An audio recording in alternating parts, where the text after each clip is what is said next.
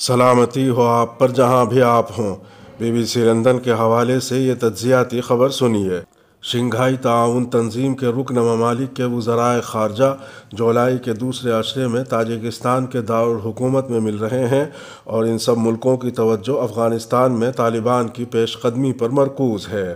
ملاقات کے دوسرے روز شنگھائی تعاون تنظیم کے نمائندے افغان حکومت کے ساتھ ملاقات کریں گے، جہاں ملک کی صورتحال اور طالبان کی جانب سے مکمل قبضے کے خدشات پر بات چیت ہوگی۔ چین کے خدشات۔ چین کا وسائل سے مالا مال صوبہ سنکیانگ اور افغانستان کے بیچ 8 کلومیٹر طویل سرحد ہے۔ افغان صورتحال کے پیش نظر چین کو خدشہ ہے کہ اگر طالبان اقتدار میں آئے تو اس سے سنکیانگ میں علیحدگی پسند ایسٹ ترکستان اسلامی تحریک کو پناہ اور مدد مل سکتی ہے۔ یہ ایک چھوٹا علیحدگی پسند گروہ ہے جو مغربی چین کے سنکیانگ صوبے میں متحرک ہے۔ یہ ایک آزاد مشرقی ترکستان قائم کرنے کا ارادہ رکھتا ہے۔ سنکیانگ صوبے میں چین کی ایک نسلی مسلم اقلیت اویغور آباد ہے۔ امریکی دفتر خارجہ نے 2006 میں اس گروہ کو اویغوروں کا ایک خطرناک علیحدگی پسند گروہ قرار دیا تھا اور اسے دہشت گرد تنظیموں کی فہرست میں شامل کیا تھا، مگر گزشتہ سال نومبر میں امریکی وزیر خارجہ مائک پومپیو نے یہ پابندی ہٹا دی تھی۔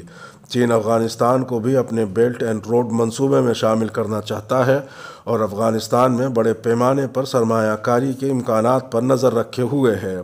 طالبان ترجمان سہیل شاہین کا کہنا ہے کہ وہ چین کو افغانستان کا دوست مانتے ہیں اور انہیں امید ہے کہ جلد ان کی بیجنگ سے تعمیر نو کے منصوبوں پر سرمایہ کاری کے لیے بات چیت ہوگی۔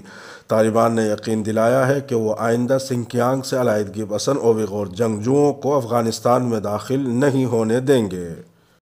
روس کے خدشات۔ روس کو خدشہ ہے کہ امریکی افواج کے انخلاء کے بعد افغانستان سخت گیر اسلام کا گڑھ نہ بن جائے۔ وہ سمجھتا ہے کہ اگر افغانستان میں اسلام کی بنیاد پر انتہا پسندی بڑھتی ہے تو اس سے پورے وسطی ایشیا کو خطرہ ہوگا، یعنی اگر خون بہے گا تو اس کے قطرے ماسکو پر بھی پڑیں گے۔ ممکنہ سیکیورٹی وجوہات کے پیش نظر روس طالبان کے ساتھ اچھے تعلقات بنا رہا ہے۔ روسی اثر و رسوخ میں رہنے والے ملک جیسے تاجکستان اور ازبکستان کی افغانستان کے ساتھ سرحدیں ہیں۔ روس کو خدشہ ہے کہ مستقبل میں افغان سرحدوں پر انسانی اور سیکیورٹی کا بحران پیدا ہو سکتا ہے۔ طالبان کے ایک وفد نے روس کے دورے پر یقین دہانی کرائی تھی کہ افغانستان میں کسی پیش رفت سے وسطی ایشیا کے علاقوں کو خطرہ نہیں ہوگا۔ طالبان نے روس کو یقین دلایا کہ افغان سرزمین کو کسی ہمسائے ملک کے خلاف استعمال ہونے نہیں دیا جائے گا۔ انڈیا کے خدشات۔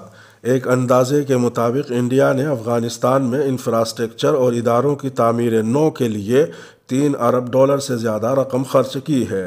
انڈیا نے افغان پارلیمانی عمارت اور ملک میں ایک بڑا ڈیم منصوبہ تعمیر کیا ہے۔ اس نے یہاں تعلیم اور تکنیکی معاونت کے منصوبے بھی قائم کیے ہیں۔ اسی دوران انڈیا نے افغانستان میں قدرتی وسائل پر سرمایہ کاری کی حوصلہ افزائی کی ہے۔ واضح طور پر انڈیا کو خدشہ ہے کہ افغانستان میں پیدا ہونے والی کسی صورتحال سے ان کی سرمایہ کاری متاثر ہو سکتی ہے۔ انڈیا کو خدشہ ہے کہ یہ پاکستان کے خلاف اسٹریٹجک سبقت کھو دے گا۔ پاکستان پر نفسیاتی اور اسٹریٹجک دباؤ ہے کہ افغانستان میں انڈیا مضبوط ہو رہا ہے۔ انڈیا کے کمزور ہونے سے پاکستان کا اثر و رسوخ بڑھ سکتا ہے۔ پاکستان کے خدشات۔ افغانستان اور پاکستان کے درمیان 2611 میٹر طویل سرحد ہے۔ پاکستان کا سب سے بڑا خدشہ یہ ہے کہ افغانستان میں صورتحال خراب ہونے سے اس کی سرحد پر افغان پناہ گزین کا دباؤ بڑھ سکتا ہے۔ دوسرا خدشہ تحریک طالبان پاکستان کے حوالے سے ہے، جو پاکستانی فوج کے آپریشن کے دوران افغانستان چلے گئے تھے اور اب پناہ گزین کی شکل میں پاکستان واپس آ سکتے ہیں۔ حال ہی میں پاکستانی فوج کے ترجمان میجر جنرل بابر افتخار نے کہا کہ اگر افغانستان میں خانہ جنگی ہوتی ہے تو اس سے پاکستان براہ راست متاثر ہو سکتا ہے۔ ان کے مطابق افغانستان میں خانہ جنگی کے خدشے کے پیش نظر پاکستانی فوج ہر صورتحال کے لیے تیار ہے۔ ازبکستان اور تاجکستان کے خدشات۔ افغانستان اور ازبکستان کے درمیان 144 کلومیٹر کی سرحد ہے، جبکہ تاجکستان کے ساتھ 1344 کلومیٹر کی سرحد ہے۔ دونوں ملکوں کو خدشہ ہے کہ افغانستان میں پرتشدد واقعات کے بڑھنے سے پناہ گزین کا بحران پیدا ہو سکتا ہے۔ گزشتہ کچھ ہفتوں میں ایسے واقعات ہوئے ہیں جن میں افغان فوجیوں نے طالبان کے ڈر سے ان ملکوں میں پناہ لی ہے۔ تاجکستان سرحد پر افغانستان کے علاقوں کا ایک بڑا حصہ طالبان کے قبضے میں آ چکا ہے۔ اس کی وجہ سے تاجکستان نے افغان سرحد پر 20,000 اضافی سیکیورٹی اہلکار تعینات کیے ہیں۔ ترکمانستان کو بھی اسی طرح کے خدشات ہیں، جہاں یہ افغانستان کے ساتھ 804 کلومیٹر طویل سرحد رکھتا ہے۔